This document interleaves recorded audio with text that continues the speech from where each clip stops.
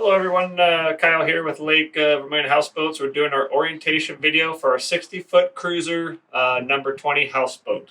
So the first thing we have you do when we start the orientation is we always start on the back deck. Under each of these motor covers is an outboard that we will trim up, and we will show you the prop and lower unit before your trip. We usually like to have the guests take a picture of the prop and lower unit, just so we have documentation before the trip in case there was to be an accident during the trip. But that's the first step of the orientation process. Next thing we do, we start kind of over here with your propane tanks. So in this cover right here are two propane tanks, and then they are full when you leave for your trip. Your propane, your main uses for your propane are is the heaters if you're here during our cooler weather seasons, and then the hot water heater, stovetop and oven, and then also the fridge is a propane fridge as well. So when the generator is not running, it's running off of propane. So typically for all of our trips, if you're not using your heaters during your trip, you never have to worry about your propane running out. If you are using your heaters during your trip, you need to keep tabs on your propane tanks. They're both full. Usually just keep one on. So during your stay, just kind of come back here every so often, maybe once a day, just kind of lift them up. When they're full, they're very heavy. When they're empty, they're very light. And then if you're needing some more propane during your stay, you'll let us know on your service run so we can bring more propane out. But you do need to keep tabs yourself. That's important. So over here is our generator. Very simple operation. We don't have them here right now, but the houseboat does come with either 10 or 15 gallons of gas on the back deck here for your generator use. We can give you more if you need more, but typically 10 to 15 gallons is plenty for your stay, knowing that if you're staying for your weekly stay, we'll probably do at least one service run that we can bring out more gasoline if we need to. But very simple operation. This cord right here, it plugs into the generator. This is what feeds power to the houseboat. So how our houseboat works electricity-wise, so anytime you're using an outlet on the houseboat, so that would be a microwave, coffee maker, charging a cell phone. We do have a TV in there. So anytime you're using an outlet on the houseboat, hot tub as well, this has to run. That's what feeds the outlets on your houseboat. So anytime you're wanting to use an outlet for any electrical needs, the generator needs to run. That's what powers the outlets. Also, where the generator is running, it's charging our deep cycle, or our battery charger for our deep cycle batteries. So our deep cycle batteries run your overhead lights. They run the water pump, and they also run the thermostat on the fridge when the generator is not running. So typically on this boat, with all your electrical needs, with the coffee maker, everything, charging cell phones, you're typically running this a fair amount during your trip, but we want to run it a minimum of 3 hours a day continuously. You can run it longer, but every day, minimum 3 hours at one time continuously will keep your deep cycle batteries charged up so that everything is working, so you're not getting back at the end of the day of a nice day on the lake and nothing, your lights aren't working, your water pressure's not working, your fridge is beeping at you. So like I said, 3 hours a day, we're good to go. And then there's also a outlet back here for if you're charging batteries for your battery chargers for your fishing boats. This would be what you'd want to use to charge those batteries. Very simple operation. Just turnkey start right here. Just turn it over. There it is. And then turn it off when you're done. That kind of covers everything here on the back deck. We're going to head up to the roof. All right, so we're up on top of the 60-foot cruiser, coming into the penthouse suite up on the top deck. So this was newly built in the spring of 2023. If you've been with us in the past and been on this boat, this used to be kind of a 4-foot high kind of crawl-in space back here. We've added a full walk-in up top here with the full slider here to walk in. A couple bunk beds up here for your sleeping needs, and the heater. This is the heater for up here. And I will go over, all the heaters are the same on this boat. I will go over downstairs how to operate these heaters. But there's your heater. Your lights are up here. Smoke detector. And that's pretty much it for here. We'll go out and check out the hot tub. All right, up on the top deck of our 60-foot cruiser, going over our hot tub. So again, to use the hot tub, if you want to use the hot tub, have the jets working and the heater working, generator has to be running. Basically, what we tell all of our guests with our hot tubs is, anytime you're running the generator, I would have somebody from your party to come up, and you would hit the jets button on this unit, and these up and down arrows control the temperature setting. So when it restarts after it's been off with the generator off, the temperature presets at 100 degrees. It can dial up to 104. So most times people want their hot tub nice and warm. So what we tell everybody, anytime you start and run the generator, have somebody come up, turn the jets on, that gets the jets going, and then dial up your temperature to 104. And that's going to be your max heating for your unit while you're during your stay. So, and then also a couple tips with the hot tub is, keep the lid on it when you're not using it. If you put more than 2 grown adults in here at a time, you lose a lot of volume displacement. So we always recommend to conserve the water you have. We don't want to put lake water in here. If you add lake water, and once you add lake water and you start heating lake water, it starts growing and getting very disgusting. So we do not want to add lake water. The only other way to add water to here is having to come back to the dock to fill you up from our dock water. So we just tell everybody to conserve the water you have. That makes for the best of trip, 2 adults at a time. And there are, over here, I can show you these latches here. They're kind of a child-proof setting. So 0, 0 will let you lock and unlock. And if you change the dials, it won't allow you. It's like a child-proof setting. So it need to be 0, 0 to basically open, unlock, and latch the straps. But again, keep the lid on and strap on when you're not using it. Generator on. Come up, hit jets, dial up to 104. That's going to be keep your hot tub nice and warm during your stay with us. Now we'll go check out the top helm. All right, this is our upper helm up here in our top deck of our 60-foot cruiser. This is a very nice feature for this boat, to come up here and drive from up on the top. You're elevated off the water. It's just an experience that you don't get experience driving a regular boat or pontoon. So basically, we'll go over the operation of the helm downstairs. So you always start the motors downstairs. So when you come up here, the motors are already started. The shifter right here, sometimes if the younger kids are with you, some kids like to come up here and mess with this thing. So you want to keep them in, you want to have them in the middle here, whenever you take over this shifter. So again, you come up here, motor's already running. You simply tap this switch right here. Can you see that, Joy? Yep. Just tap the switch. You'll get the red lights up here. So get basically whatever shifter has the red lights is the active shifter. So once you have your red lights, then it's simple. Here's your steering, here's your shift, and you have your RPM tacks up here for both motors, and then you can enjoy the top deck while you're driving around the lake. So we'll go downstairs and go through the cabin. All right, we're here on the back bedroom of our 60-foot cruiser. We always come in from the back deck to come in here to start the orientation process down here. Right here we have a nice king mattress to use, and then we'll come into the back bathroom here. So this houseboat does have 2 bathrooms, kind of one in the back bedroom here, master bedroom, and then one in the kind of the middle of the houseboat. So we'll kind of come in here. So underneath the sink in each bathroom, there's going to be there's not right now because we're at the end of our season, but there will be supply of toilet paper underneath here. We also have these kind of bluish plastic tab things. These are deodorizers for your septic tanks. So if you feel your septic is smelling, typically you want to drop in 2 at a time. But they'll have plenty of those there. There'll be plenty of toilet paper for your stay. And then I'll kind of show you the operation of our toilets here. So both toilets are the same operation.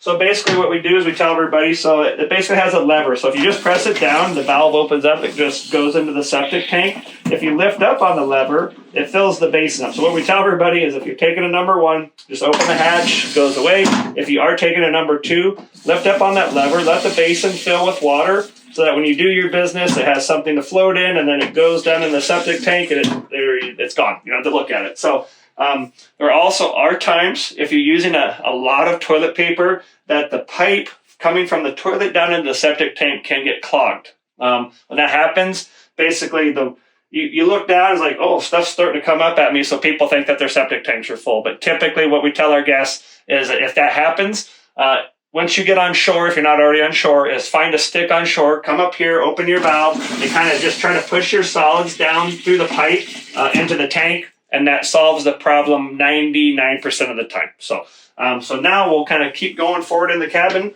We'll check out the next bathroom.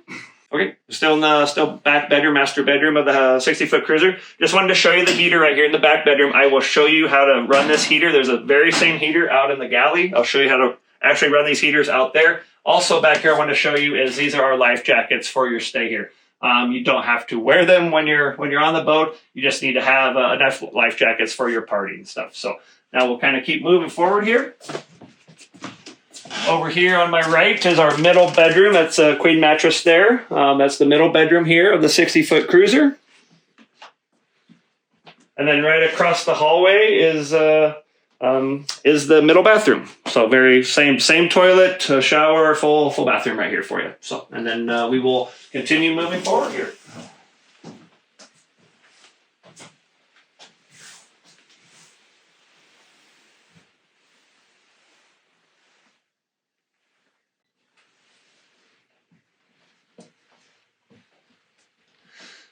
So one thing I did forget to mention earlier, so again, in the spring of 2023, we did a complete remodel of this boat. So we put new ceilings in, we put new trim work in, we put new flooring in, new couches. We redid the upper penthouse, so made was what we felt was probably already the best houseboat in our fleet. We made it even better. So we're very proud of this houseboat, and all of the guests that used it on the summer season of 2023 were very happy with this houseboat. It's a very nice houseboat. So kind of going over the couple things here in the kitchen. All right, just going over the fridge here on the 60-foot cruiser. So this fridge is a dual run fridge. So when the generator is running, it actually this AC light will turn on. It runs out the AC power while the generator is running. When the generator is off, it just automatically switches to propane. So that's right now we have the generator off. That's why the gas light is on. So just so you're aware that this fridge will run both on AC and propane, and it automatically does it whenever the generator is on or off. So as long as the check light is not on, the fridge is running 100%. So the main thing we tell with our guests, especially in our warm weather seasons, is these RV style fridges don't have the same cooling capacity as a traditional fridge that we have in our houses. So don't overload your fridges. All right. You can load it lightly with the stuff that you plan on using regularly, but keep some stuff in your coolers and don't stuff it full of food. The fridges will have a hard time kind of keeping everything cool. So there always is a thermometer in here that shows the fridge temperature. And also on the fridge here, we have kind of our info sheets. So we want you to look at these sheets. We have information on if there are any mechanical issues during your stay, our service run protocol, and just different stuff right there. Also has an inventory here of all of your dishware, cookware, bathroom items that should be on your boat. So you can look at that, and before you leave, if you think you're missing something, let us know. So behind you over there in the cupboards, we have gallon jugs of fresh water. So we always, on this boat, typically we have about 25 gallons of fresh water, which is more than enough typically. But over here on these cupboards over here is where we keep our fresh water supply. Again, it's just gallon jugs of fresh water that we get from a local distributor. And there's always plenty. If you feel you need more, just let us know before you leave, and we'll bring you more, or we can bring some more on the service. Finally, here of all these heaters, these heaters are they're catalytic heaters, so a little bit different than what most people are used to, but basically very simple operation. You just hold this valve in. While you're holding that in, you press your striker button. You're going to get your pilot light over here on your lower left. Hold that in. We got to hold it in for, depends on how often you've used the heaters. If they haven't been used in a while, it may take a little bit. But if you used them a lot, it should light fairly quick. But I'm waiting for this mat to kind of flare up a little bit. That's kind of my cue that it's lit. So you just hold it in until that happens.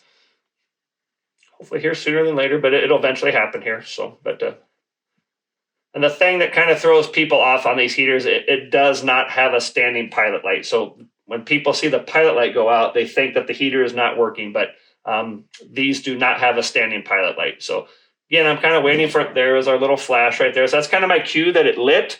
So now once I release this button, the pilot light will go out. So I release it and I turn the dial. So there's 3 settings. There's low, there's medium, and then there's high.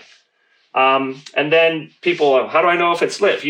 Down here in that lower left, if you put your hand right there, if you feel heat, it's on. You want to make sure it's on before you walk away. But just put your hand down here, and if you feel heat, you're good to go. And all of our heaters on this boat are exactly like this. That's how you operate them. So, and then up here is our smart TV. So to operate, basically to use the TV, you want to hook up your phone as a wireless hotspot for the TV, and then from there you can stream whatever your streaming service are, Netflix, Prime Video. But if you want to watch a big game or something, or watch a movie while you're here, that's how that works. Back over here. So also during our upgrade we did in 2023, we added one of these AC units here for the main cabin. So it's a really nice feature when we get warm out. So basic operation, this generator, it's electric, so the generator has to be running to power this. So basically have the generator on, turn it on, dial whatever temperature setting you at, and it'll go from there. And then over here is our big panel switch. There's a lot of switches going on right there. I personally check these switches every time the houseboat goes out on a trip. So when you leave, all the switches are where they need to be. It's very common for guests to, if something doesn't seem to be working right, the first thing guests do is they come over and they start messing with the switches. All I can say is just leave the switches where they're at. They're there for a reason. The only switch that we have that we would ever turn on and off is right here, is our shower pump switch, and this is our switch for our water pump. So while we're cruising on the lake, we want our guests to turn that switch off because you can deprime your water lines if you're trying to use water while you're cruising on the lake, and you can burn your water pump up. So if you're on the lake and need to use the bathroom or something, just have the driver come down to idle speed. Somebody come walk over, turn the shower pump on. For now all your faucets work, your toilet, everything. Do what you have to do, and then once you're done, come back over here, turn it off, and then you guys are good to start cruising again. So that is the only switch that ever needs to be messed with over here. So, and now we'll go up to the helm. All right, so bear with me. We're almost done. I know I can talk a lot here with the orientation videos, but there's a lot to cover, especially with these bigger houseboats. So a couple things I want to point out real quick. You'll have a paper map up here at the helm that'll shows our mooring sites. They're basically numbered in here. All right, so what we tell our guests with the map is, so all these numbers here are our mooring sites, is we want to get your game plan before wherever you're going from to. Use this map to get your game plan, and then once you have your game plan, now you can use the Humminbird GPS to navigate to that site safely, and then also find the site once you're there. Up here as well, there'll be a QR code for the houseboat manual, and there also will be a QR code for the orientation video that we're just doing right now. They'll be up here at the helm. So we don't have the QR code for the orientation video yet because we're actually doing it right now. So anyway, they'll both be up here. They're labeled. You have your tacks up here. So we're looking at 3,000 RPMs on each motor. Cruising speed on this houseboat is 5 miles an hour. And then also up here is if you are traveling to the west end of the lake, there is a little, very important, especially with this boat, this is very, very important. There are 2 passages once you go through Oak Narrows. There's an east passage and a west passage. If the water is low, this boat will get hung up on the west passage. So you have to use the east passage, especially with this boat. That clearly states it right here.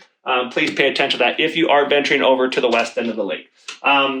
The Humminbird GPS, we have a separate orientation video on that, so please watch that. That is very important. If you understand this, how to operate this unit, to interpret it, to see it, and to read it, you will not have any issues during your stay with us. If you don't know how to use that, trying to rely on the paper map, you could have some issues. So please, please, please watch the orientation video on the Humminbird GPS. That is probably the most important video on here, because I can talk over everything else with you on the phone.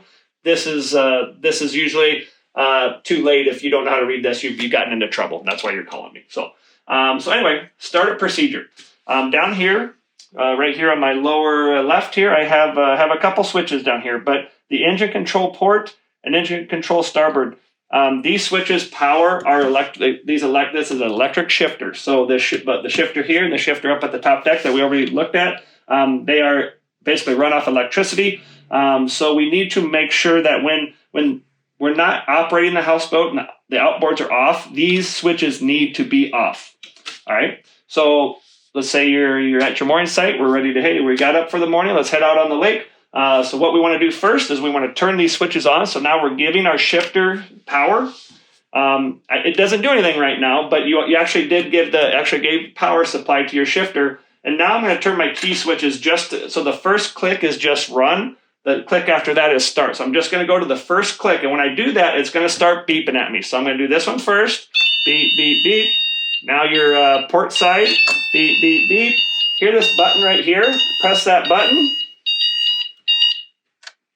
Get away from that annoying noise. And there's your red light. So again, whatever shifter has the red lights is the active shifter. So now this is the active shifter here. So now once you gain control of your shifter, now you can start your outboard. So I'm going to start my starboard sight first. Probably can't hear it, but and if you have people in here, it is hard to hear the motors, but just watch your RPM needle. It will rise. Go ahead and start my port sight here. And there goes my needle right there. So right now, motors are running. Got control of my shifter. This is where a member of your party can go up to the top deck and gain control. So we don't drive from the top deck when we're coming in and out of our mooring sites or if we're going in tight spaces. The top deck is just made for, we're kind of out in the middle of the lake and we're just cruising and having fun. Make sure we're here because we don't have the GPS up top. When you're navigating in tight spaces or if you're coming in and out of your mooring sites, you're always piloting down here. So main thing we tell everybody with the shifters is just be gentle with them. There is a little delay from what you do here to the motor. So I'm that's in gear. Give it about a second. Now I'm going to advance the throttle nice and slow. Watch your RPM tack. And once your RPM needle rises, that's when you know you're giving it throttle. Same thing here on the starboard is shift into gear. Advance our throttle. Watch your RPM tack. There it is. The main thing is you don't just go quick. It's always let it shift before throttle, back to neutral, let it shift, throttle. Very gentle movements. You won't have any issues. So, and then again, when you're done with you get tied up and everything's good to go, make sure you're neutral, turn your outboards off, and then now make sure you turn these switches off when the outboards are not running. Okay. And now we'll go up to the front deck and be about finished. Okay, we're here on the front deck of our 60-foot cruiser, about to end the orientation here. So things I show people. So here's an anchor for this houseboat. We do not want our guests anchoring unless we tell them to. This is a very heavy anchor. This is a very big houseboat. And if you put that anchor in the water, the chance of getting it back up safely is 50-50 at best. So please, we supply this for emergencies only. We will tell you to use it when that time comes, if that time would ever come. Hopefully it doesn't, but that is why the anchor is there. On the front deck is we have our charcoal grill. So that is an update we've made a couple years ago. We used to have gas grills. Now all of our houseboats are charcoal grills. We love them. They work great. And everybody's been very happy. So again, charcoal grill, bring your charcoal. If you happen to forget, we always have some here for sale. So, on the front deck as well is our plank. So this is what this 2x12 here is kind of our bridge at our mooring sites from the front of the houseboat. This gate opens up. So you can walk from the front of your houseboat onto shore. So plank is always on the front grate right there. And then as far as our mooring procedure, we have a separate orientation video on that. Again, another nice important video to watch before you come stay with us. Very clearly it shows how to moor your houseboat, how to correctly tie off your mooring lines. So I think I'm done. I appreciate you watching. This is very important that you do that, and we do love our guests watching orientation. It makes your whole experience from start to finish much more enjoyable. So thank you again. We hope to see you on the water this coming season. Thank you.